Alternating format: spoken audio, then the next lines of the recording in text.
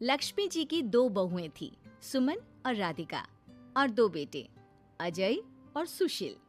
लेकिन लक्ष्मी जी के बहू बेटे उनको अपने साथ रखने को तैयार नहीं थे।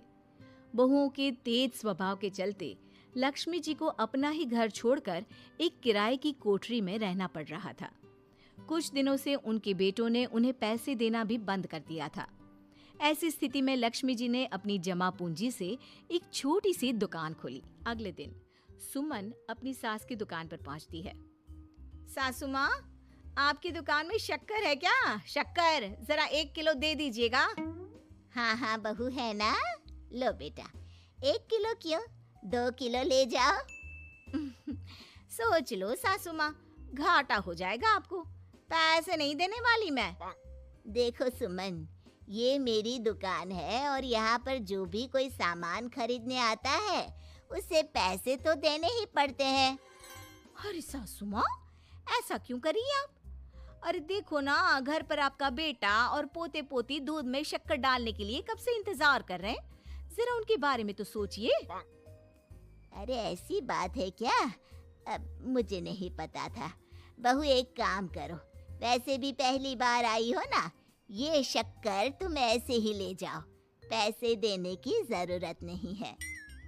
अगले दिन राधिका भी अपनी सास की दुकान पर पहुंचती है।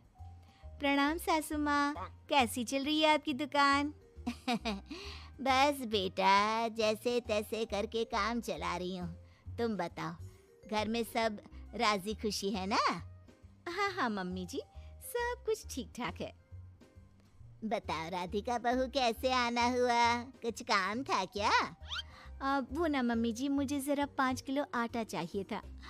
मेरे पैर में ना बहुत दर्द है, इसलिए बाजार तक जाने में ना तकलीफ हो रही थी। घर पर बच्चे भूखे बैठे हैं, सोचा आपसे ही ले लेती हूँ। हाँ हाँ, क्यों नहीं बेटा, ये लो 5 किलो आटा ले जाओ। हाँ लेकिन मम्मी जी, आपने जिठानी जी को शक्कर फ्री में दी थी, तो मुझसे भी पैसे तो नहीं लेंगी ना? हाँ, अच्छा ठीक है बेटा, कोई बात नहीं, तुम ऐसे ही ले जाओ, बच्चों से क्या पैसे लेना। कुछ दिनों के बाद लक्ष्मी का बेटा अजय दुकान पर पहुंचता है। कैसी हो माँ? दुकान तो अच्छी चल रही है ना तुम्हारी? सब मोहल्ले वाले तारीफ करते रहते हैं।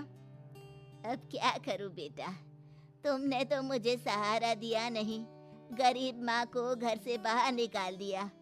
कुछ तो करना पड़ेगा ना अपना पेट पालने के लिए। वो माँ ना बहुओं की बहुत चिक चिक रहती थी। अब देखो कितनी अच्छी जिंदगी है तुम्हारी, खुद कमाती हो, खुद खर्च करती हो। इससे अच्छी भला कोई जिंदगी हो सकती है क्या? हाँ बेटा, दिल को बहलाने के लिए तुम्हारी ये बात भी सही है, लेकिन कोई बात नहीं बेटा, मैं खुश हूँ। अच्छा माँ, मैं क्या कह रहा था, जरा 500 उधार तो दे देना। कमाल की बात है बेटा, तुम मुझसे पैसे उधार मांग रहे हो। तुम्हारे पास पैसों की क्या कमी है? अरे माँ, इस महीने की तनख्वाह नहीं आई और आप तो अपनी बहू को जानती है ना, उसे शॉपिंग करनी है। जल्दी वापस लौटा दूंगा माँ।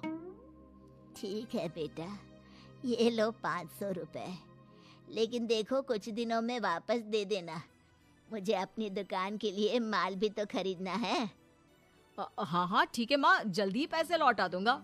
जिसकी वजह से लक्ष्मी को अपनी दुकान में बहुत घाटा होता है। फिर एक दिन जब राधिका सामान लेने के लिए लक्ष्मी की दुकान पर पहुंचती है।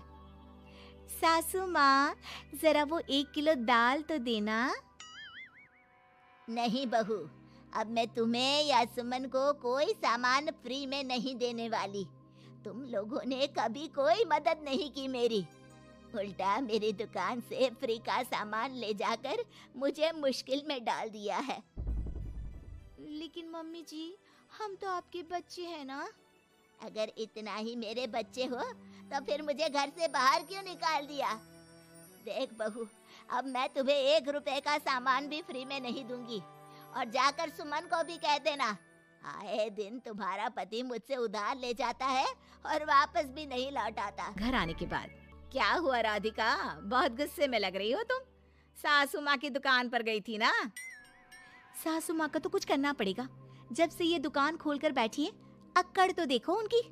अरे लेकिन हुआ क्या है? होना क्या है, दाल लेने गई थी, मुझे 4 बातें सुनाकर उल्टा भेज दिया, कुछ दिया भी नहीं। ये तो सासू माँ ने ठीक नहीं किया। देखो मेरे पास ना एक बहुत अच्छा प्लान है। कैसा प्लान भाभी? हम अपनी सासू माँ की दुकान में किसी चोर से कहकर चोरी करवा देते हैं और सारा सामान अपने घर मंगवा लेंगे।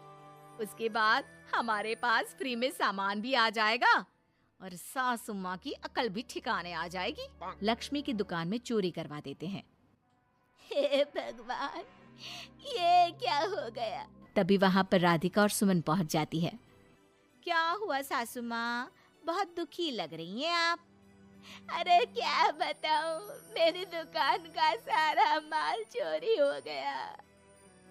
अब अगर आप अपने ही बहू बेटे को सामान नहीं देंगी तो ऐसा तो होगा ना सासू माँ। अब राधिका की बात सुनकर लक्ष्मी को यकीन हो जाता है कि इस चोरी के पीछे कहीं ना कहीं उसकी दोनों बहुओं का ही हाथ है। लक्ष्मी एक प्लान बनाती है, पैसे उधार लेकर अपनी दुकान में फिर से खूब सारा सामान ले आती है। अरे भाभी, देखा आपने, सासू माँ की दुकान तो फिर से सामान से भर गई है। हाँ वही तो, मैं तो सोच रही थी कि एक बार में उनकी अकल ठिकाने आ जाएगी, पर लगता है फिर से कुछ करना पड़ेगा। लेकिन अब हम क्या कर सकते हैं? अरे वही जो हमने पहले किया था। इसका मतलब फिर से चोरी करवाएंगे? हाँ, उसके बिना हमारा काम कैसे चलेगा? और इस बार चोरी करने हम दोनों चलेंगे। लेकिन सुबह होते ही लक्ष्मी पुलिस लेकर सुमन और राधिका के घर पहुंच जाती है।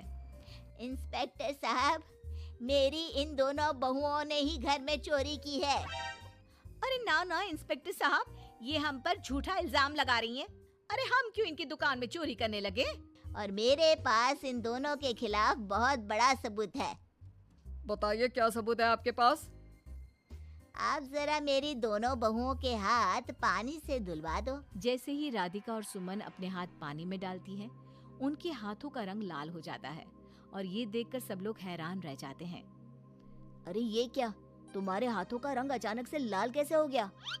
क्योंकि मैंने अपनी दुकान के सारे सामान पर एक तरह का केमिकल लगा कर रखा था। मुझे पता था जो भी चोरी करने आएगा वो सामान को अपने हाथों से उठाएगा और उसके हाथों पर रंग लग जाएगा।